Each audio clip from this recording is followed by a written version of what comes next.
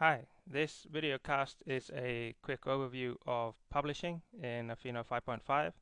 We're going to cover some of the key updates and new features that we have in this version. And the starting point is SEO. There's a separate SEO podcast that you can see. When we look at it in Google, we get presented with the most appropriate name, the most appropriate description, the most appropriate related areas, and the URLs always throughout make entire sense, and you instantly know when you're looking at something what the underlying content is of that page. There's no question marks, CSS, etc. in that. And from the publishing point of view, it means that we are publishing much more effectively. Now, the key user interface update that we made in this release is the application bar. And this replaces the control tools. The control tools have been in Affino for the last 8 years or so, and they were in need of an overhaul. We've been gradually improving them over the years, but the fact that they were embedded in the design was becoming more and more of an issue. Now the great thing is that we can roll out an application bar, and you've seen similar things on sites like Facebook. But what happens is when you go in as an editor, you can have access to all the key interface tools. So we can look at and access the key pages within the control center, and also key applications such as a dashboard and the media editor. We can look at the structure of the page. Now let me go into an actual page here. If we look at the structure of the page, that we can see what sites we're on. We can see what particular channel. So we're looking at the blogs channel here. You can see which section, which is my blog MK's eBusiness Insights. And we can see the actual blog post that we're in. And not only can we see it, but we can take a copy of it, we can edit it directly, and we can edit and look at the workflow profile if you have the rights to do so. It should be stressed that I can only see these things because I have full editorial rights and full access to see any of these things, and all of them. You can also add things within a section. So if, for example, I want to add a new blog section, I can do so.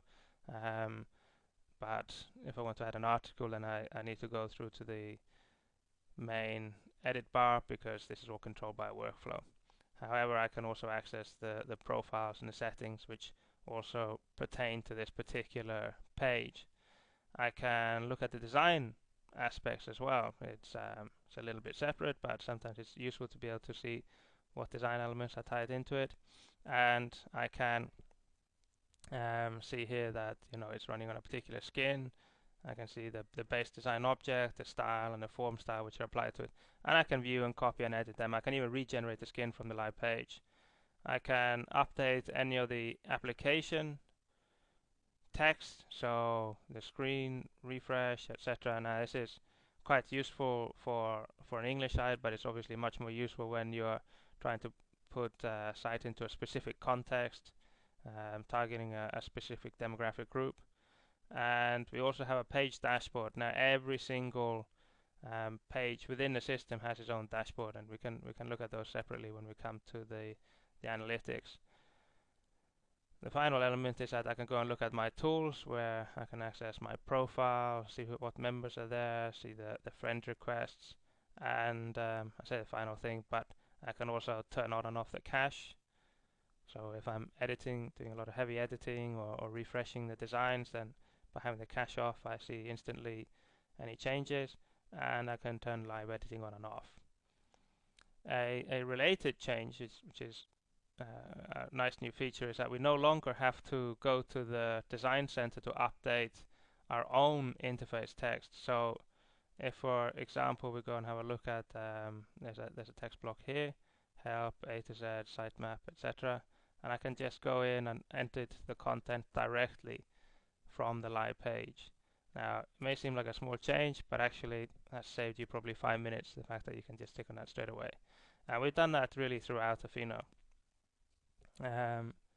The very useful thing is actually the dashboards behind all of these things. Now, if I go along to the content dashboard, now this really helps me as an editor, and you can also give access to these to kind of contributors or senior contributors, and every single person will also have their own personal dashboard which they can see their own content. But by going into this, I can instantly see what's popular on a particular website. So I've gone in and said, show me the top channels for today, and I can see the members page is very popular, community media is very popular. I can change the way that this is presented. So now I'm looking at the main listing. I can also go in and see, in a more graphical view that, members, reviews, community media, by far the most popular pages, followed by events, etc. I can then page between the different views, and so I'm looking at the top forums, looking at my own personal pages, so as it shows you the most recent stuff I've been working on, the overall page views, the top searches on the website, the content views today, but I can scale that up and say, show me this week, when we just started the week, so not very far, show me the last few days, etc. So there's the ability to page between that. And we have a number of widgets here, and if I want to say, let's just kill a couple of these widgets, I can then go and add a widget. And I can pull in any number of widgets. We've got 50 odd different widgets available on the website, and I can say, okay, well, show me user map, so all the users that are on this website right now, and there's me that's logged in, so you get to see me. Actually, there's probably quite a few more, but we've just introduced in this version a new city tracker, so it's actually tracking me down to London, and that means that only people that will have registered or updated their address details will be logged on that particular map. Now, one of the key things, and it's a brilliant feature, I've been using it quite a lot, is the fact that you can now copy pretty much anything from the live interface. It means that you don't have to go into the back end, you don't have to list out and manage things. You can be whatever article you're looking at, you've got a copy button, you can just press on that and you instantly got a copy that you can edit. Now if we go into the actual management interface, so we go into the control center, then we have done a really nice change here. We've updated the Super Navigator. One of the new features that we've done is that we now allow a more advanced drill down of all the content. So, if you're searching for content, you can search within my content, which is just your own content. You can specify the kind of key aspects. Are you looking for an item? Are you looking for, to manage a section or album, one of the main areas? You can sort by, look for the oldest instance of something, or sort by name. And you can also search for content which is created, in a particular time frame.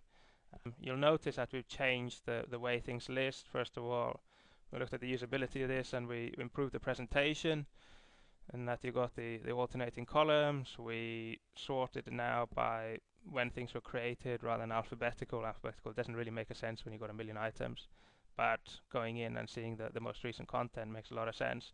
We changed the action column. There used to be multiple tick boxes in a column, and that could lead to usability issues where people would delete things instead of copy them, for example. But now you always have to select the action that you want to do. So if you want to take copies, multiple copies of different items, or if you want to delete all the items, then you have to select those things first. It really reduces the chance of things going wrong. And in this instance, there was just a couple of columns, but in some of these listings, there would have been a whole lot more. Now, the final thing you may have seen popping up here is that we actually offer previews of the content that's in the listing. So I may not be sure that Affino 5.5 in a year's time I may not remember what that is, but I can just put my mouse over, I see the thumbnail, and I see the teaser content or the heading content from that. So it gives me instant access to that. Now this is pretty much global in how we've implemented it, and we've updated a lot of the interfaces to present things much more succinctly. I can go into, for example, communicate. That's it. That gives you a quick overview of Publish. There's obviously a lot more that you can see in the release notes. That should give you a feel for the key new features.